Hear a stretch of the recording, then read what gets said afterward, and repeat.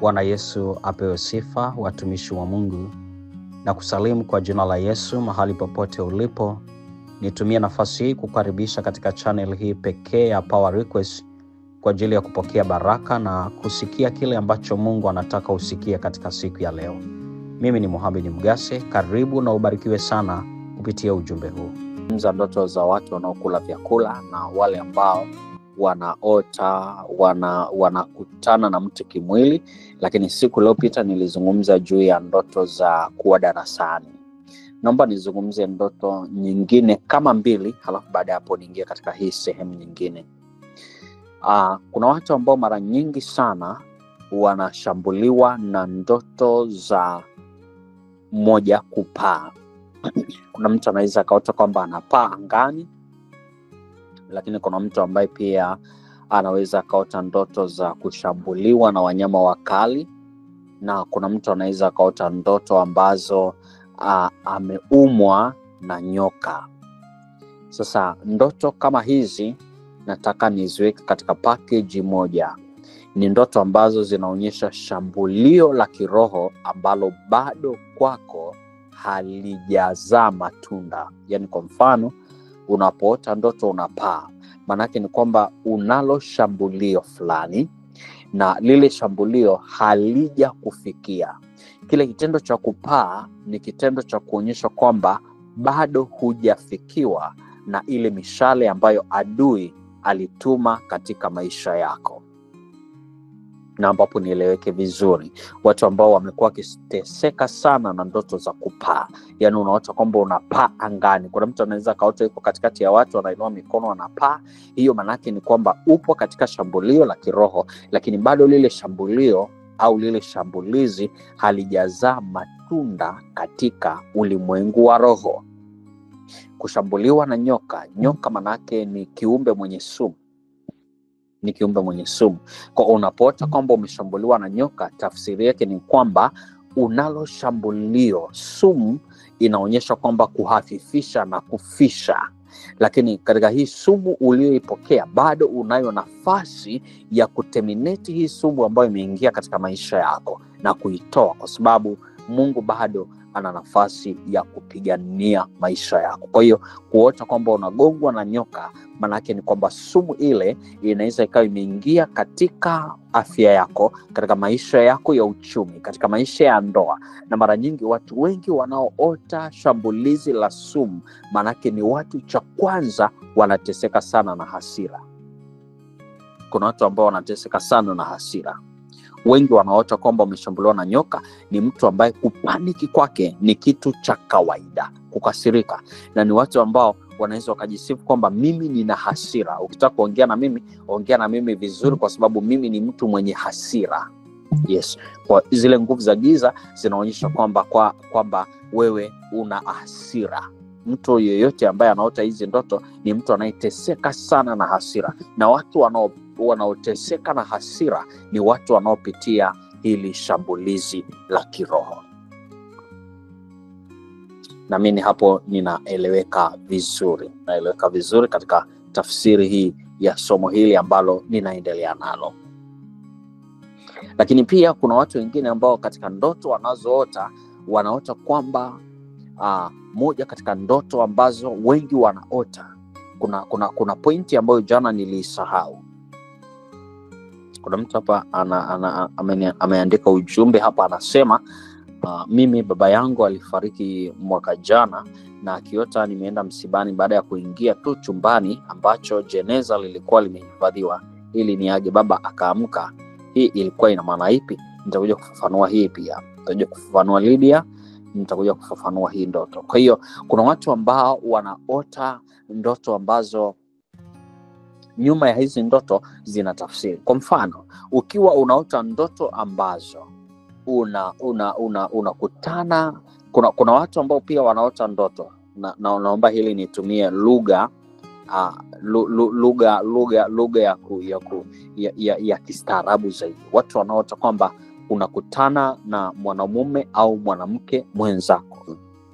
Ndoto hiyo inapokuja kwako, Hili ni shambulizi ambalo unapaswa kuliombea, na hii ni spiriti ambayo inafuatilia maisha yako. Na watu wengi sana wanaofuatiliwa na spiriti hii, ndoto za jinsia moja, ndoto hizi mara nyingi sana ni watu ambao wanateseka sana sana sana sana sana na mahusiano katika uchumba, mahusiano katika ndoa.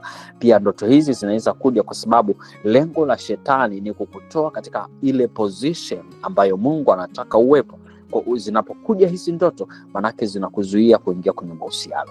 Lakini namba 2, watu wengi wanaota hizi ndoto ni watu ambao pia kuna aina ya magonjwa yanayowatesa. Lakini pia wakati mwingine ni kutengeneza kisaikolojia kwamba ni kitu cha kawaida. Kwa hiyo unapoota kitu na baadaye kile kitu kinatengenezwa kuwa halisia katika maisha yako. Ziko shuhuda kadhaa za watu ambao nimewahi kukutana nao na wameteseka sana na hizi ndoto, lakini kupitia maombi Mungu aliweza kuwasaidia na kuwapa uponyaji katika ile changamoto ambayo walikuwa wanapitia. Sasa katika sehemu hii ya 11 ya anguko la Lucifer, ninazungumza ili namba 1 ikusaidie kuomba. Sikiliza, ukigundua kwamba kuna kitu nimekigusa kwenye cycle ya maisha yako, sijakutisha, ila nimekusaidia kuombea changamoto unayopitia. Naomba nirudie. Kama kuna kitu ambacho nimekizungumza ambacho kimekugusa, manake ni nini? Unatakiwa kuingia katika maombi maalum sana ya kukutoa katika hiyo hatua ambayo ibilisi anaisha kuweka katika engo, katika situation fulani ambayo inaweza kaleta madhara kwako. Unatakiwa kuomba. Ukiona kuna ndoto nimeizungumza na wewe unaiota, kemea. Nikwambie kitu, kuna nguvu kubwa katika maombi ya usiku wa manane. Kuna nguvu kubwa. Maombi ambayo unaomba usiku wa manane. Ukiamka saa 9 na ukajikuta unaomba, ukamka saa 10 ukajikuta unaomba, ukamka saa 8 ukajikuta unaomba, mshukuru Mungu sana. Haya maombi yana majibu makubwa sana. Nikupe siri, maombi mengi yanayotenda kazi ni yale yanayoombwa usiku wa manane. Kweli kabisa. Yaani una ule uwezo wa kuamka usiku. Kwa nini usiku wa manane? Ngoja nikupe siri. Usiku ni nyakati ambazo shetani anatumia kuhafifisha maisha ya watu. Mchawi analoga usiku, wanaoruka na ungo ni usiku, wanaologa ni usiku, wanaofanya kila aina ya dhambi ni usiku.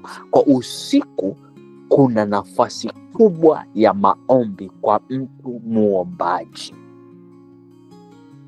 Kwa hiyo mtu anayepigana vita sahihi ya kiroho ni ule anayeamka usiku ule wa manane akaomba. Yaani hapo uko kwenye vita. Na ngoja nikwambie kitu, wewe unayeomba usiku, kama dalili hizi unazipitia, jua kwamba wewe ni muombaji ambaye maombi yako yanaleta matunda. Kwanza, ukiamka usiku, ukiingia kwenye maombi na wakati unaomba ukasikia mwili umesisimka, jua kwamba kuna shambulio unalivunja. Jua kwamba kuna nguvu za giza unazifukuza wakati huo. Yaani unapoamka usiku na unapokemea, ukakemea pepo, ukakemea mizimu, ukakemea roho zote za giza na ukasikia mwili umesisimka. Au wakati upo kwenye maombi ukasikia kama hofu fulani. Au wakati upo kwenye maombi ukatamani kufungua macho. Au wakati uko kwenye maombi ukahisi kwamba sehemu uliopo kuna mtu yuko pamoja na wewe, ukahisi kwamba kuna mtu yuko pale. Sikiliza, ukiwa katika hizo hatua, jua kwamba kuna shambulio ulikuwa unapitia na sasa unalipiga vita. Sasa naomba nizungumze kwa mifano. Kuna mtu ambaye yuko kwenye maombi masaa ya usiku anasikia hizo feeling. Kama upo, inua mkono. Maana hili ni darasa. Yes, Evelyn umesema. Hiki ni kitu nataka nikwambie ule ukweli kabisa. Yaani ukiwa kwenye maombi masaa ya usiku ukahisi mwili umesisimka. Yaani kuna saa unaomba unasikia kama mwili umesisimka. Au wakati unaomba unasikia kitu kinakwambia acha kuomba, kuna mtu yuko hapa. Au wakati unaomba unasikia kabisa kuna kitu kinaendelea katika ile location uliopo. Ukishasikia hiyo hali, jua kwamba kuna nguvu ziko katika maisha yako. Sasa sikiliza, ngoja nikwambie siri usiyoijua. Na mimi nitaanza maombi ya usiku kesho. Nilisahau kuwapa tangazo. Kesho sitakuwa na kipindi hiki kwa sababu nitakuwa safarini. Kesho nasafiri na naomba mniweke kwenye maombi. Ninaondoka Tanzania kuelekea Mombasa, sehemu inaitwa Kilifi, katika chuo kikuu cha Pwani University. Kwa hiyo nitaanza safari kesho, na kipindi hiki kwa kesho hakitakuwepo, lakini kitakuwepo kesho kutwa Alhamisi, kwa sababu naamini nitakuwa nimefika na nitaweka mazingira ya kuwa na kipindi hiki siku ya Alhamisi. Kwa hiyo kesho sitakuwa na kipindi, maana nitakuwa safarini. Sasa kuanzia hiyo ninaomba nitoe maelekezo. Jamani, kuna mtu anasema ninao ushuhuda. Jamani, hizi shuhuda ndo zinatujenga. Hebu ongea kidogo, mtu wa Mungu, ushuhuda huo, maana nataka niongee vitu ambavyo vinapita kwenye maisha ya watu na kusikiliza.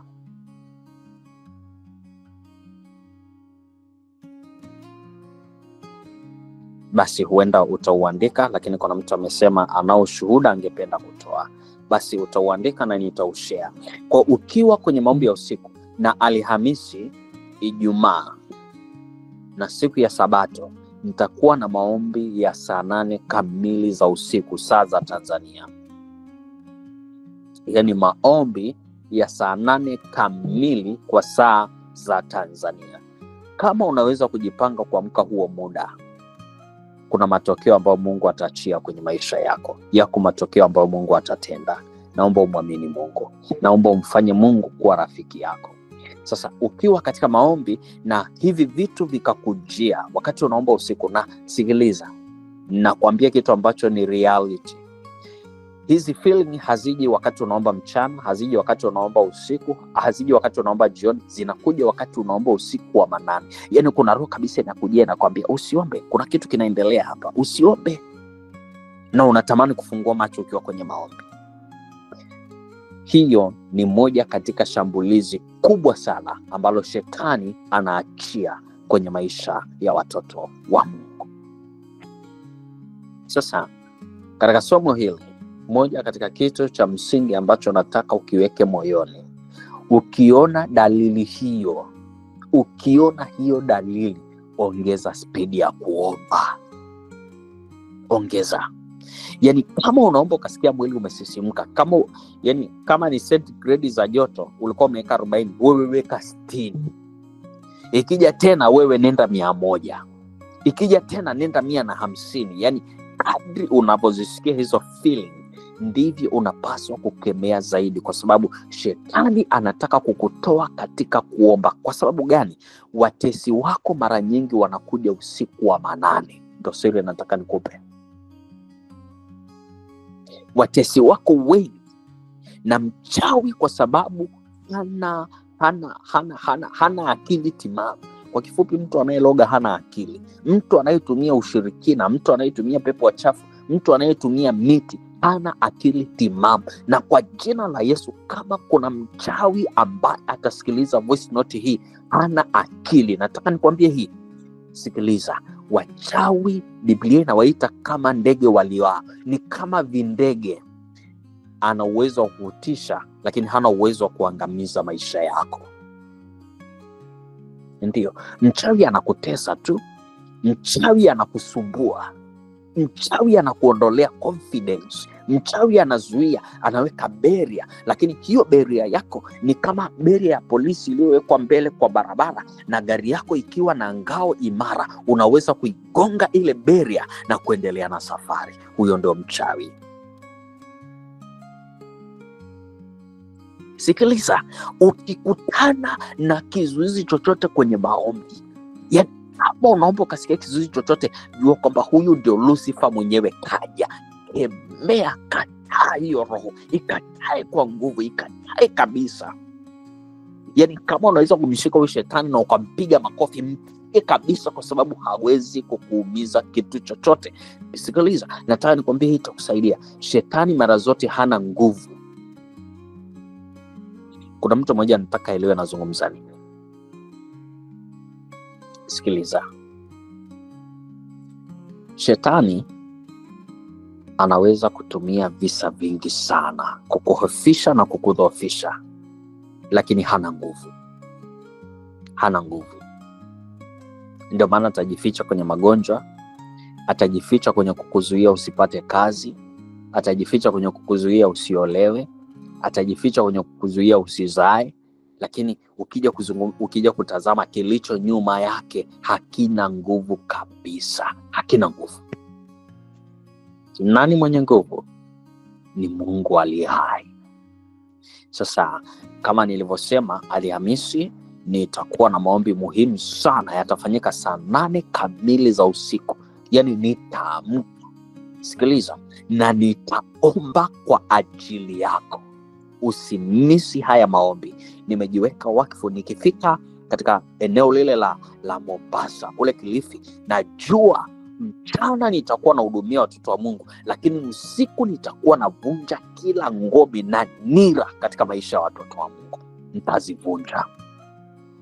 Hakuna mtu anayehudhuria maombi haya ambaye atabaki kuonewa na shetani. Hicho kitu hakipo na hakitatokea. Kama uko hapa na bado shetani anakusumbua, sikiliza, hii itakusaidia. Wewe ni mteule. Wewe ni mteule, na kuanzia sasa hivi mwambie shetani asikuzoee kwa jina la Yesu. Asikuzoee. Upo katika mikono ya mfinyanzi. Mfinyanzi akiwa na kufinyanga, najua anakutengeneza kuwa chombo kingine cha thamani sana kuliko vyombo vingine. Naomba, kuna watu mko hapa shetani anawazuia msilipwe. Kuna watu mko hapa mnadai fedha nyingi sana. Kuna watu shetani amezuia fedha zenu msizipate. Kuna mtu anadai fedha nyingi sana. Kuna mtu uko hapa umedhulumiwa. Kuna mtu uko hapa ndoa yako inapita kwenye shida. Kuna mtu uko hapa mahusiano yako yana shida. Kuna mtu yuko hapa hajui cha kufanya. Kuna mtu yuko hapa usiku sasa hivi hataki hata kulala. Maana kuna watu wakilala usiku ni ndoto za ajabu. Kuna mtu akilala ni kana kwamba anaingia katika ulimwengu unaomtisha na kumhofisha. Sasa sikiliza, tutavuka hii nafasi kwa jina la Yesu. Maombi ninayokwenda kuyafanya Alhamisi usiku ni maombi yatakayoleta tumaini kwako. Maombi yatakayoleta ushindi kwako. Kuna watu mpo hapa mlishafanya kazi ngumu sana. Mmejitoa katika kazi, mmejidhalilisha kufanya kazi. Kuna mtu amefanya kazi masaa 15. Unapata pesa, unaanzisha kibiashara, shetani anachukua fedha zako anaondoka nazo. Kuna watu mko hapa mmetapeliwa, mmeanzisha miradi, shetani ametapeli hizo fedha zote na hazipo tena kwenye mikono yenu. Mko hapa.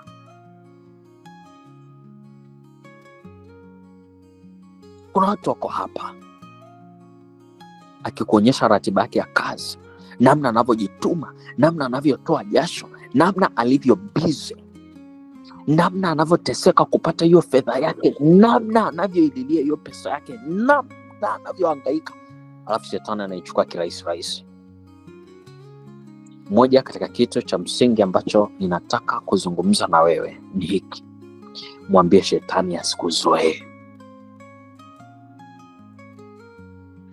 Azoee waliomtuma, azoee wanaofanya nao sadaka kwenye madhabahu zao, azoee ambao wamezoeana, lakini akuache kwa jina la Yesu Kristo wa Nazareti aliye hai. Hakuache. Aogope hata kivuli chako. Sikilizeni, nyinyi ni wateule wa Mungu. Msitishwe kwa jina la Yesu.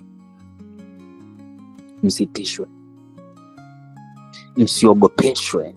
Msivunjwe moyo. Msiaibishwe popote kwa jina la Yesu.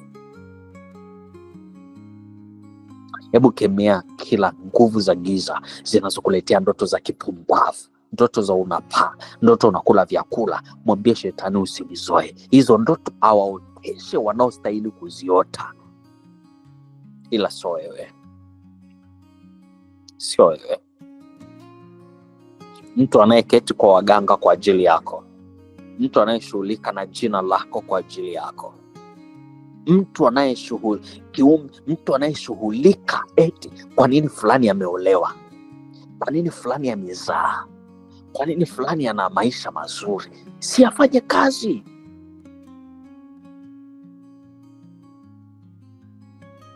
Ikiwa kuna mtu yote hapa, fedha alizopoteza, fedha alizozulumiwa, fedha zilizopotea katika mazingira ya kutatanisha, ilikuwa ni kwa sababu ya nguvu za giza, naomba nitamke hili: kuna watu wanaenda kufa, waliocheza na maisha yako watakufa, na wewe utaishi kwa jina la Yesu. Trust me. Nazungumza neno kubwa sana, ni wachache mnaweza mkanielewa hapa. Unajua iko hivi, kuna wakati hata Mungu aliruhusu mauti kwa waliowatesa Israeli.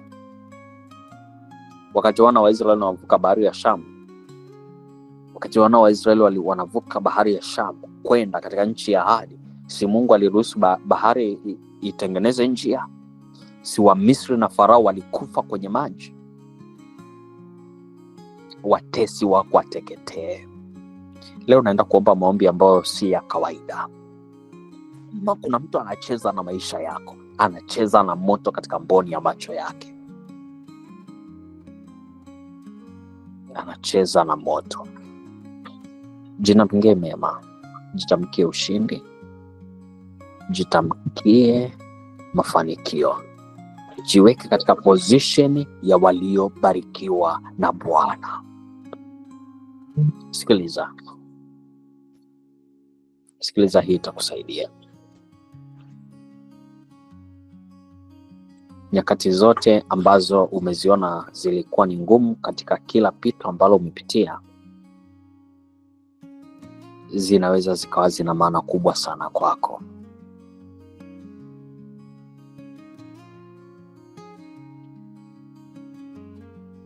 Kuna watu ambao mashamba yao, mali zao, fedha zao, hata amani ya familia zao zimepotea.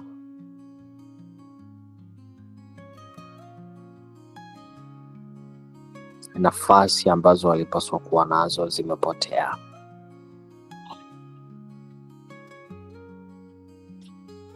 Elimu ambayo umeipata imepotea. Watoto Mungu aliokupatia pia wamepotea.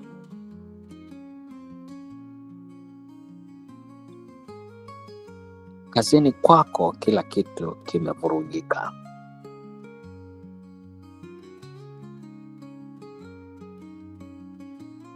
Sikiliza.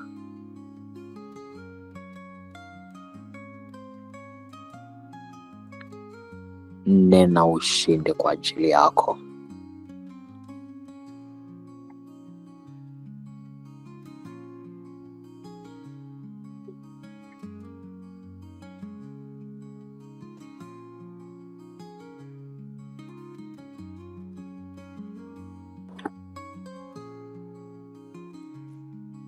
Nena ushindi kwa ajili yako.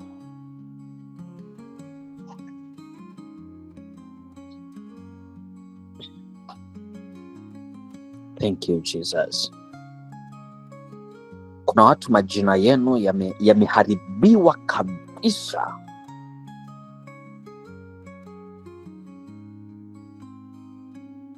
Kuna watu majina ya watoto wenu yameharibiwa kabisa.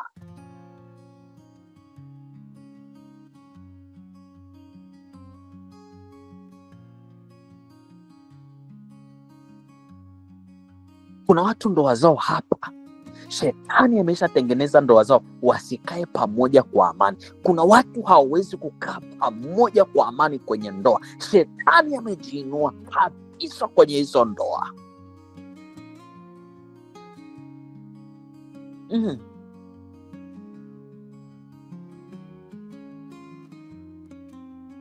Kuna watu hata kanisani wanaenda tu kwa sababu lazima waende.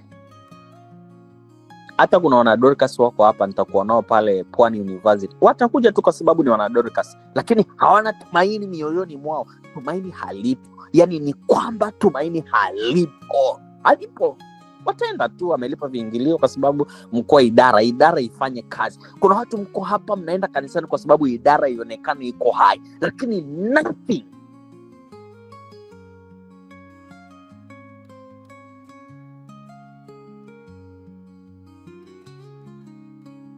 Ukiuliza alikuja mwinjilisti Mgasi, jamani, alikuja hapa mwinjilisti Mgasi, alifundisha vizuri huyu mwinjilisti, jamani, Mungu anamtumia. Swali, anakutumia kwenye engo gani ya maisha yako?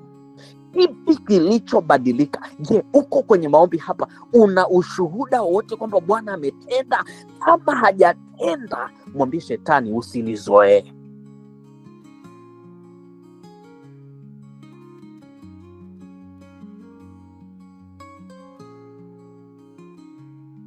Kwa nani aliyekwambia kuwa msabato ni kuteseka?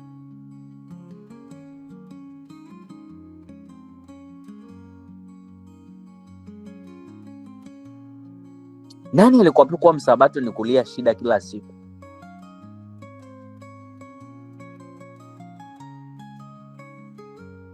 Nani alikwambia kuwa msabato ni mke wako au mume wako?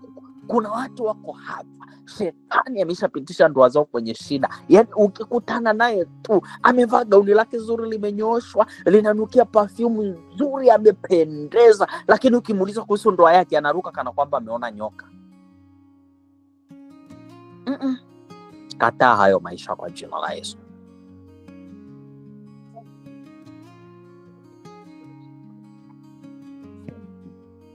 Katika jina la Yesu.